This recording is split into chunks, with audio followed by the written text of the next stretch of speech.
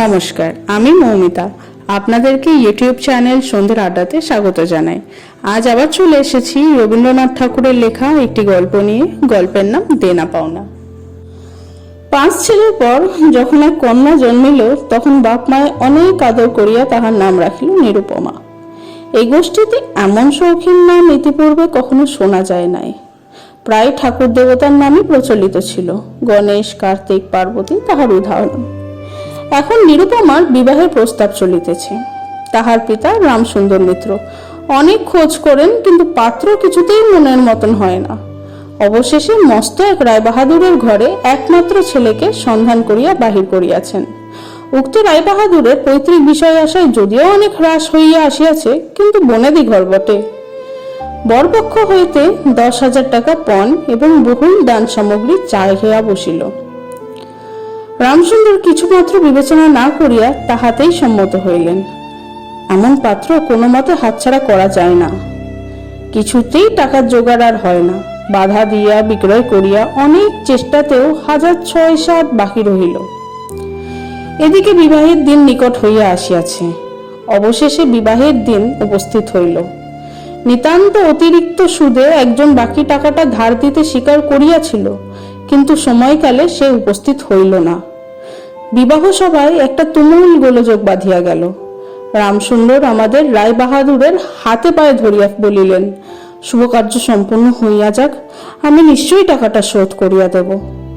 রায় বাহাদুর বলিলেন, টাকা হাতে না পাইলে বর সাব্যস্ত করা যাইবে না। এর দুর্ঘটনায় অন্তঃপুরে একটা কান্না পড়িয়া গেল।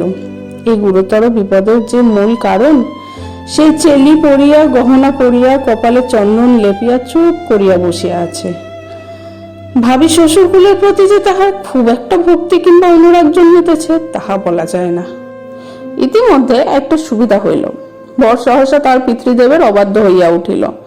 সে বাপকে বলিয়া বসিল, কেনা বেচা দরদামের কথা আমি বুঝি না। বিবাহ করিতে আসিয়াছি, বিবাহ করিয়াই যাইব।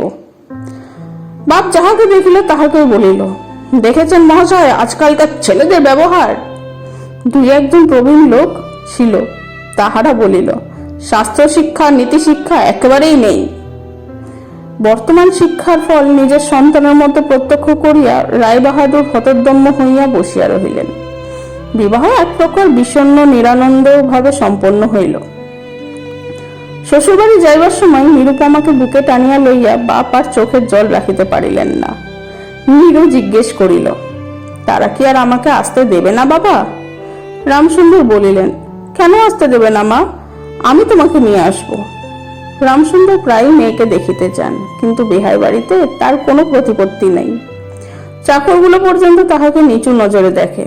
অন্তঃপুরের বাহিরে একটা স্বতন্ত্র ঘরে 5 মিনিটের জন্য কোনোদিন বা মেয়েকে দেখিতে পান, কোনোদিন বা দেখিতে পান না।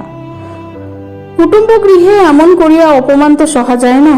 রামসুন্দর স্থির করিলেন, যেমন করিয়াই হোক টাকাটা শোধ করিয়া দিতে হবে। কিন্তু যে ঋণ ভার কাঁধে চাপিয়াছে, তাহারই ভার সামলানো দুঃসাধ্য। খরচপত্রে অত্যন্ত টানাটানি পড়িয়াছে এবং পাওনাদারদের দৃষ্টিপাত এড়াইবার জন্য সর্বদাই নানারূপ হীন কৌশল অবলম্বন করিতে হইতেছে। এদিকে শ্বশুরবাড়িতে উঠতে বসতে মেয়েকে খোটা লাগাইতেছে। পিতৃগৃহের নিন্দা শুনিয়া ঘরে দ্বার দিয়া অশ্রু বিসর্জন তাহার নিত্য ক্রিয়ার মধ্যে দাঁড়াইয়াছে। বিশেষত শাশুড়ির আক্রোশ আর কিছুতেই মেটে না। যদি কেহ বলে, আহা কি শ্রী, বউয়ের মুখখানি দেখলে চোখ জুড়াইয়া যায়, শাশুড়ি ঝংকার দিয়া উঠিয়া বলে, শ্রী তো ভারী, যেমন ঘরের মেয়ে তেমনই শ্রী। এমনকি বউয়ের খাওয়া পড়ারও যত্ন হয় না। যদি কোনো দয়া পরতন্ত্র প্রতিবেশিনী কোনো ত্রুটির উল্লেখ করে, শাশুড়ি বলে, ওই ঢের হয়েছে। অর্থাৎ বাপ যদি পুরো দাম দিত তো মেয়ে পুরো যত্ন পাইত। সকলেই এমন ভাব দেখায় যেন বধূর এখানে কোনো অধিকার নেই, ফাঁকি দিয়া প্রবেশ করিয়াছে। বোধ হয় কন্যার এই সকল অনাদর এবং অপমানের কথা বাপের কানে গিয়া থাকিবে।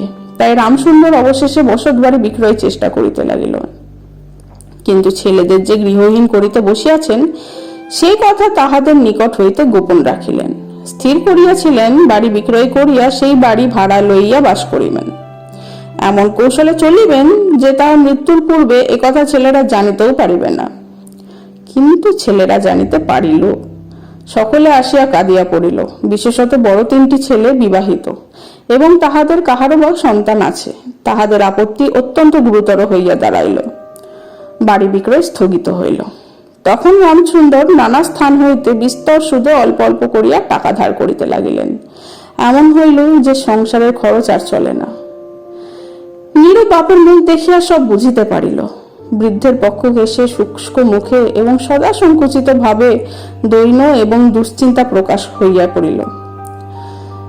মেয়ের কাছে যখন বাপ অপরাধী, তখন সে অপরাধের অনুতাপ কি আর গোপন রাখা যায়? রামসুন্দর যখন বেহাই বাড়ি অনুমতি ক্রমে ক্ষণকালের জন্য কন্যার সাক্ষাৎ লাভ করিতেন, তখন বাপের বুক যে কেমন করিয়া ফাটে তাহা তাহার হাসি দেখিলেই টের পাওয়া যাইত। সেই ব্যথিত পিতৃহৃদয়কে সান্ত্বনা দেবার উদ্দেশ্যে তিন কতক বাপের বাড়ি যাইবার জন্য নীরু নিতান্ত অধীর হইয়া উঠিয়াছে। বাপের স্নান মুখ দেখিয়া সে আর দূরে থাকিতে পারে না। একদিন রামসুন্দরকে কহিল, বাবা, আমাকে একবার বাড়ি লইয়া যাও। রামসুন্দর কহিলেন, আচ্ছা। কিন্তু তাহার কোনো জোর নাই। নিজের কন্যার উপরে পিতার যে স্বাভাবিক অধিকার আছে, তাহা যেন পণের টাকার পরিবর্তে বন্ধক রাখিতে হইয়াছে। এমনকি কন্যার দর্শন সেও অতি সংকোচে ভিক্ষা চাহিতে হয়, এবং সময় বিশেষে নিরাশ হইলে দ্বিতীয় কথাটি কহিবার মুখ থাকে না। কিন্তু মেয়ে আপনি বাড়িতে আসিতে চাহিয়াছিল। বাপ তাকে না আনিয়া কেমন করিয়া থাকে। তাই বিহাইয়ের নিকট সে সম্বন্ধে দরখাস্ত পেশ করিবার পূর্বে রামসুন্দর কত হীনতা, কত অপমান, কত ক্ষতি স্বীকার করিয়া যে ৩,০০০ টাকা সংগ্রহ করিয়াছিলেন, সে ইতিহাস গোপন থাকাই ভালো। নোট কখানি রুমালে জড়াইয়া চাদরে বাঁধিয়া রামসুন্দর বেহাইয়ের নিকট গিয়া বসিলেন। প্রথমে হাস্যমুখে পাড়ার খবর পাড়িলেন। হরেকৃষ্ণের বাড়িতে একটা মস্ত চুরি হইয়া গিয়াছে, তাহার অদ্যপান্ত বিবরণ বলিলেন। নবীন মাধব ও রাধা মাধব দুই ভাইয়ের তুলনা করিয়া বিদ্যা, বুদ্ধি ও স্বভাব সম্বন্ধে রাধা মাধবের সুখ্যাতি এবং নবীন মাধবের নিন্দা করিলেন। শহরে একটা নতুন ব্যামো আসিয়াছে, সে সম্বন্ধে অনেক আজগুবি আলোচনা করিলেন। অবশেষে হুকাটি নামাইয়া কথায় কথায় বলিলেন, হ্যাঁ হ্যাঁ বেহাই, সেই টাকাটা বাকি আছে বটে। রোজ আমি মনে করি যাচ্ছি, হাতে করে কিছু নিয়ে যাই, কিন্তু সময়কালে মনে থাকে না। আর ভাই বুড়ো হয়ে পড়েছি। এমনই এক দীর্ঘ ভূমিকা করিয়া পঞ্জরের ৩খানি অস্থির মতো সেই ৩খানি নোট যেন অতি সহজে, অতি অবহেলে বাহির করিলেন। সবে মাত্র ৩,০০০ টাকার নোট দেখিয়া রায় বাহাদুর অট্টহাস্য করিয়া উঠিলেন। বলিলেন, থাক বেহাই, ওতে আমার কাজ নেই। একটা প্রচলিত বাংলা প্রবাদের উল্লেখ করিয়া বলিলেন, সামান্য কারণে হাতে দুর্গন্ধ করিতে তিনি চান না। এই ঘটনার পর মেয়েকে বাড়ি আনিবার প্রস্তাব কাহারও মুখে আসে না। কেবল রামসুন্দর ভাবিলেন, সে সকল কুটুম্বী তার সংকোচ আমায় শোভা পায় না। মর্মাহত ভাবে অনেকক্ষণ চুপ করিয়া থাকিয়া অবশেষে মৃদুস্বরে কথাটা পারিলেন। রায় বাহাদুর কোনো কারণ মাত্র উল্লেখ না করিয়া বলিলেন, সে এখন হচ্ছে না। এই বলিয়া কর্মোপলক্ষে স্থানান্তরে চলিয়া গেলেন। রামসুন্দর মেয়ের কাছে মুখ না দেখাইয়া কম্পিত হস্তে কয়েকখানি নোট চাদরের প্রান্তে বাঁধিয়া বাড়ি ফিরিয়া গেলেন। মনে মনে প্রতিজ্ঞা করিলেন, যতদিন না সমস্ত টাকা শোধ করিয়া দিয়া অসংকোচে কন্যার উপরে দাবি করিতে পারিবেন, ততদিন আর বেহাই বাড়ি যাইবেন না। বহুদিন গেল। নিরুপমা লোকের ওপর লোক পাঠায়, কিন্তু বাপের দেখা পায় না। অবশেষে অভিমান করিয়া লোক পাঠানো বন্ধ করিল। তখন রামসুন্দরের মনে বড় আঘাত লাগিল, কিন্তু তবুও সে গেল না। আশ্বিন মাস আসিল। রামসুন্দর বলিলেন, এবার পুজোর সময় মাকে ঘরে আনিবই। খুব একটা শক্ত রকম শপথ করিলেন। পঞ্চমী কি ষষ্ঠীর দিনে আবার চাদরের প্রান্তে গুটি কতক নোট বাঁধিয়া রামসুন্দর যাত্রায় উদ্যোগ করিলেন। 5 বছরের এক নাতি আসিয়া বলিল, দাদা, আমার জন্য গাড়ি কিনিতে যাচ্ছিস? বহুদিন হইতে তাহার ঠেলা গাড়িতে চড়িয়া হাওয়া খাইবার শখ হইয়াছে, কিন্তু কিছুতেই তাহা মিটিবার উপায় হইতেছে না। 6 বছরের এক নাতনি আসিয়া সরোদনে কহিল, পূজার নিমন্ত্রণে যাইবার মতন তাহার একখানিও ভালো কাপড় নেই। রামসুন্দর তাহা জানিত, এবং সে সম্বন্ধে তামাক খাইতে খাইতে বৃদ্ধ অনেক চিন্তা করিয়াছেন। রায়বাহাদুরের বাড়ি যখন পূজার নিমন্ত্রণ হইবে, তখন তাহার বধূগণকে অতি যৎসামান্য অলঙ্কারে অনুগ্রহ পাত্র দারিদ্রের মতো যাইতে হইবে।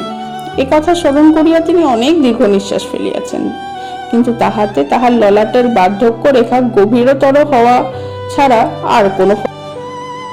দৈনপীড়িত গৃহের ক্রন্দনধ্বনি কানে লইয়া বৃদ্ধ তাহার বেহাই বাড়ি প্রবেশ করিলেন। আজ তাহার সে সংকোচ ভাব নেই। দ্বাররক্ষী এবং ভৃত্যদের মুখের প্রতি সে চকিত ও সলজ্জ দৃষ্টিপাত দূর হইয়া গিয়াছে, যেন আপনার গৃহে প্রবেশ করিলেন। শুনিলেন রায়বাহাদুর ঘরে নেই, কিছুক্ষণ অপেক্ষা করিতে হইবে। মনের উচ্ছ্বাস সংবরণ করিতে না পারিয়া রামসুন্দর কন্যার সহিত সাক্ষাৎ করিলেন। আনন্দে দুই চোখ দিয়া জল পড়িতে লাগিল।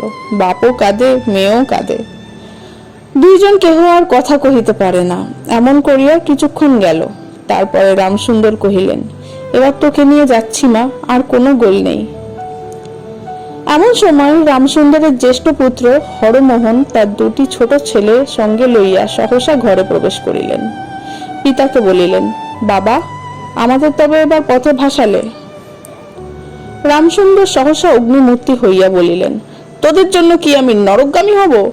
আমাকে তোরা আমার সত্য পালন করতে দিবি না? রামসুন্দর বাড়ি বিক্রয় করিয়া বসিয়া আছেন। ছেলেরা কিছুতে না জানিতে পায় তাহার অনেক ব্যবস্থা করিয়াছিলেন, কিন্তু তবু তাহারা জানিয়াছে দেখিয়া তাহাদের প্রতি হঠাৎ অত্যন্ত রুষ্ট ও বিরক্ত হইয়া উঠিলেন। তাহার নাতি তাহার দুই হাঁটু সবলে জড়াইয়া ধরিয়া মুখ তুলিয়া কহিল, দাদু, আমাকে গাড়ি কিনে দিলে না? নতশির রামসুন্দরের কাছে বালক কোনো উত্তর না পাইয়া নীরুর কাছে গিয়া বলিল, পিসিমা, আমাকে একখানা গাড়ি কিনে দেবে? নিরুপমা সমস্ত ব্যাপার বুঝিতে পারিয়া কহিল, বাবা, তুমি যদি আর এক পয়সা আমার শ্বশুরকে দাও, তাহলে আর তোমার মেয়েকে দেখতে পাবে না, এই তোমার গা ছুঁয়ে বললুম। রামসুন্দর বলিলেন, ছি মা, অমন কথা বলতে নেই। আর এ টাকাটা আমি যদি না দিতে পারি, তাহলে তোর বাপেরও অপমান আর তোরও অপমান। নীরু কহিল, টাকা যদি দাও তবেই অপমান। তোমার মেয়ের কি কোনো মর্যাদা নেই? আমি কি কেবল একটা টাকার থলি? যতক্ষণ টাকা আছে ততক্ষণ আমার দাম। না বাবা, এই টাকা দিয়ে তুমি আমাকে অপমান করো না। তাছাড়া আমার স্বামী তো এ টাকা চান না। রামসুন্দর কহিলেন, তাহলে তোমাকে যেতে দেবে না মা? নিরুপমা কহিলেন, না যাই তো কি করবে বলো?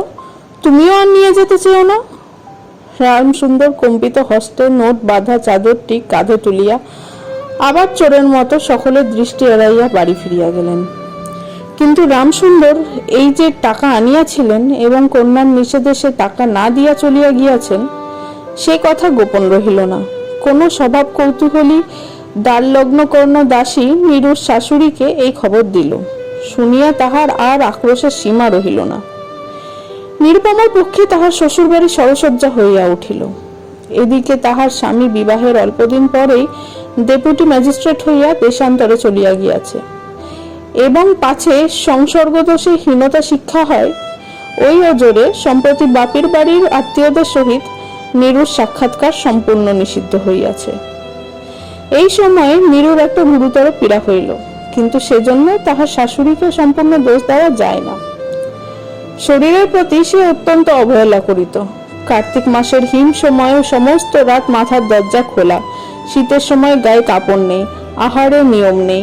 দাসীরা যখন মাঝে মাঝে খাবার আনিতে ভুলিয়া যাইত, তখন সে তাহাদের একবার মুখ খুলিয়া স্মরণ করাইয়া দেওয়া, তাহাও সে করিত না। সে যে পরের ঘরের দাস দাসী এবং কর্তাগৃহিণীদের অনুগ্রহের ওপর নির্ভর করিয়া বাস করিতেছে, এই সংস্কার তাহার মনে বদ্ধমূল হইতেছিল। কিন্তু এরূপ ভাবটাও শাশুড়ির সহ্য হইত না। যদি আহারের প্রতি বধূর কোনো অবহেলা দেখিতেন, তবে শাশুড়ি বলিতেন, নবাবের বাড়ির মেয়ে কিনা, গরিবের ঘরের অন্ন ওর মুখে রোচে না। কখনো বা বলিতেন, দেখো না একবার ছিঁড়ি হচ্ছে, দেখো না, দিনে দিনে যেন পোড়া কাঠ হয়ে যাচ্ছে। রোগ যখন গুরুতর হইয়া উঠিল, তখন শাশুড়ি বলিলেন, ওর সমস্ত ন্যাকামি। অবশেষে একদিন নীরু সবিনয়ে শাশুড়িকে বলিলেন, বাবাকে আর আমার ভাইদের একবার দেখবো মা। শাশুড়ি বলিলেন, কেবল বাপের বাড়ি যাইবার ছল। কেহ বলিলে বিশ্বাস করিবেন না। যেদিন সন্ধ্যার সময় নীরুর শ্বাস উপস্থিত হইল, সেদিনই প্রথম ডাক্তার দেখিল, এবং সেই দিনই ডাক্তারের দেখা শেষ হইল। বাড়ির বড় বউ মরিয়াছে। খুব ধুম করিয়া অন্ত্যেষ্টিক্রিয়া সম্পন্ন হইল। প্রতিমা বিসর্জনের সমারোহ সম্বন্ধে জেলার মধ্যে রায়চৌধুরীদের যেমন লোক বিখ্যাত প্রতিপত্তি আছে, বড় বউয়ের সৎকার সম্বন্ধে রায়বাহাদুরদের তেমনই একটি খ্যাতি রটিয়া গেল। এমন চন্দন কাষ্ঠের চিতায় এ মুলুকে কেহ কখনো দেখে নাই। এমন ঘটা করিয়া শ্রাদ্ধও কেবল রায়বাহাদুরদের বাড়িতে সম্ভব, এবং শোনা যায় ইহাতে তাহাদের কিঞ্চিত ঋণ হইয়াছিল। রামসুন্দরকে সান্ত্বনা দেবার সময় তাহার মেয়ের যে কিরূপ মহাসমারোহে মৃত্যু হইয়াছে সকলেই তাহা বহুল বর্ণনা করিল। এদিকে ডেপুটি ম্যাজিস্ট্রেটের চিঠি আসিল। আমি এখানে সমস্ত বন্দোবস্ত করিয়া লইয়াছি, অতএব অবিলম্বে আমার স্ত্রীকে এখানে পাঠাইবে। রায় বাহাদুরের মহিষী লিখিলেন, বাবা, তোমার জন্য আরেকটি মেয়ের সম্বন্ধ করিয়াছি, অতএব অবিলম্বে ছুটি লইয়া এখানে আসিবে। এবারে 20,000 টাকা পণ এবং হাতে হাতে আদায়। আজকের গল্প এখানেই শেষ। আশা করব আপনাদের ভালো লেগেছে। ভালো লাগলে আমার চ্যানেলটিকে সাবস্ক্রাইব করুন, লাইক কমেন্ট অবশ্যই করবেন, আর কমেন্টে অবশ্যই জানাবেন আপনাদের কেমন লাগছে আর আপনারা কি ধরনের গল্প শুনতে চান।